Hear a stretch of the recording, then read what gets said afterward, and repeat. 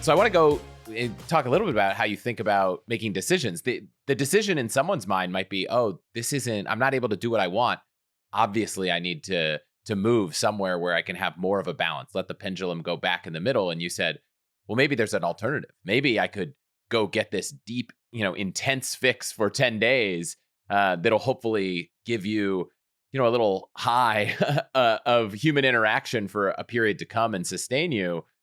When you approach decision making, it sounds like you don't just look at what's the assumed default option of what I could do. You try to really make sure you're casting a wide net at ways to experience things. Yes, You've that's written one about of my this. I can't remember the URL. I don't either right now, but it's one of my favorite things is to be reflective and ask yourself what you really want and not just limit yourself to a few options from what you see other people doing, but to really kind of dig deep and go like, okay, what do I really want? And why do I want that? What's the real point of that? So if I think I want to be on a beach in Thailand right now, well, why do I think that? What do I really want? What do I expect will happen when I get there? Why is it that I need a beach in Thailand? Could it be a beach anywhere? Is it just the quiet that I want? Um, is it, and you may keep asking yourself these questions and get to the actual answer, which is, um, that, yeah, my home is too noisy. I hate all the clamoring here. I live right above a train station or something, and it's too noisy in my home. Really, what I'm pursuing is the silence. Well, do you need to go to Thailand to get silence? Is that the sustainable solution to that? No, maybe I need to soundproof my office. And you might come to like, yeah, actually, I don't need Thailand. With the money it would take to go to Thailand, I could soundproof my office. And I really do like living here in Toronto or wherever it is. And so, in fact, I'm going to stay here, not go to Thailand, and soundproof my office. Yes, that's what I really want. So if you keep digging into yourself, you might come out with a solution that suits your problem better. Is there something you do? Maybe it's natural for you. I have to assume it is, where someone asks you a question or you have an idea and you're able to force yourself to pause and think before kind of going all in on this thing. Someone says, oh, do you want to go Mm. here? And you're like, and my default is, do I want to do this thing or not? Not, oh, what Ah, are these other options? Someone asks a question. My ah, default is, do I know the answer or not? And if I think I know it, let's answer it right away. I don't have the natural instinct to pause and think before. And I'm curious, is there something that you've trained yourself to do? Is it natural? Have you thought about how people who maybe don't have that instinct could adopt it? I think it would be beneficial to me, which is why I'm asking. I journal like crazy.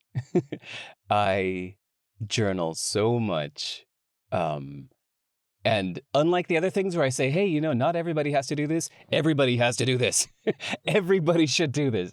Uh, it helps so much to pause, and it doesn't even matter what pen, paper, text file, Google Docs, doesn't matter. Something where you can stop like every day and ask yourself these reflective questions. Like, ask yourself questions like, why am I doing this? And what am I really after? What's the point of that? And then you should doubt yourself. You should doubt the answers you give yourself. So even if you say, um, why do I want this? Because I've always wanted to go to Thailand. Challenge yourself, right? Really? Have I always wanted to go to Thailand? Really? Always? Why do I think that Thailand is the answer? Like, push back on your own answers. And just, it can take just an hour of your day. And it is so, so useful to, and if you say that I don't have an hour in the day, well, the hell you don't, like turn off other things and do this because where it takes you makes all the difference in the world. And are there prompts that you use, or is it just whatever's happening in the day? Yeah, whatever's I happening. imagine Yeah. Yeah, you just there's say, not like generic prompts that I'm going to, hey, everybody, write down these 5 questions to ask yourself every day. No, it's not like that. It's just use, just based on whatever your situation is in the moment. generally you could use, I think, use it to clarify your thinking and to think of other options. Like you said, like if you think you have no choice, you're always wrong. There's always another choice. If you think you've only got two choices, well, those aren't options. That's a dilemma. if you think you only have two choices, you still haven't thought enough. You have to keep thinking of other options. You can always add some crazy ones in there. Like, okay, option number 3, I quit everything and join a monastery. Okay, option number 4, I go down to my local park and I lay on the bench and I don't leave. I become homeless. Okay, well, now you've added 2 more options that you don't like. Okay, you can always keep going and then get more creative. Do the brainstorming approach where you're deliberately thinking of out of the box, crazy solutions for your situation. But just keep going until you've got like 10 or 20 options. And many of my best ideas in life, the ones that I've been the happiest with, the choices I've made, have come from this pushing myself to further solutions, right? It's like, it was actually like solution number 18 that got me the most excited, and that's the one I pursued. Is there an example of, I thought I was going to do this and this new thing came out that I never was thinking about originally? Oof. Yeah. What's an example? Well, like actually that trip to India that I just took. That was like, that came far down the list. At first it was like, I think I need to go to the TED conference again, which I haven't been to in 10 years. And it was like, well, I think I just need to go to any conference. And then it was like, I think I need, what about a local class here in Wellington, New Zealand, where I live? Maybe I can find like a philosophy course here so I can meet other interesting people that are into this kind of stuff I'm into. And then it was like, oh, I could go traveling. I could go travel Europe. And I just kept going. And then, yeah, way down the list was like, I could go to India. I was like, oh, India. Yes. Oh my God, I haven't been to India in 12 years. I know so many people in India. And through a weird like thing that I married a woman from India. I'm a citizen of India. I have the legal right to live in India for the rest of my life. I was like, ooh, see, this one works for me on many levels because this wouldn't just be a travel. This wouldn't just be a trip. This is like an investment into my future. Like it's likely I will live there someday. And so getting to know it better now, meeting people now would be an investment into future long-term friendships, not just a quick, romp at a conference. So yeah, that came way down the list. And that's one example. And again, I just got back from this trip, so it's on my mind right now, but I met so many interesting people there and had so many fascinating conversations. It was just what I needed. And yeah, that solution did not come until I had really spent an hour in my journal thinking of different solutions. I love it. I'm going to propose for people who might be like me thinking, gosh, journaling, I want to try, but I'm not sure what.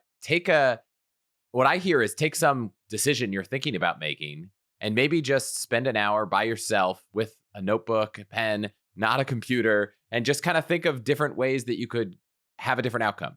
Like instead of journaling, I'm going to call it brainstorming because I think we might be more familiar with how to start doing that. But at the end of the day, it's just writing things down and thinking about them. So you can call it whatever you want. But I like this idea. And so I don't know. I'm not I'm not a disciplined journaling person, but I feel like I'm going to try to take your advice after this and at least commit to it. I'm not disciplined either about it. It is absolutely not a discipline. To me, it's just sanity. It's like I've been doing this since I was a teenager and I'm 53 now. So almost every day I hit some point where I need to clarify my thoughts on something. What might even be about somebody, like somebody's pissed you off and you find that you're all upset and you need to kind of stop and clarify your thoughts instead of just sitting there and feeling angry. You're like, wait, why am I feeling angry? What's this really about? And so instead of just sitting there on your sofa stewing, you just like open your thing, whatever it is, your paper notebook, or in my case, I just use a plain text file. I just open up a plain text file and I just start typing. There's no discipline to it at all. It's just like, what the hell? I am so angry right now. Why am I angry? because this person did that thing. Well, so what? Why does that matter? Well, because this. And I'll just kind of have this dialogue with myself, like I said, and like kind of challenging and pushing back. I hear that, I don't know much about this, but I've heard that this is similar to something called cognitive behavioral therapy. And it is known to be one of the few things that works for people with depression or anxiety or other major life problems. Cognitive behavioral therapy works wonders. I heard that a couple times, and when I just looked into what it is, it sounds like it's what I've been doing in my journal since I was a teenager. So I could say it in my very undisciplined way that it's worked wonders for me. And most of the major life decisions that I've made have come from that process.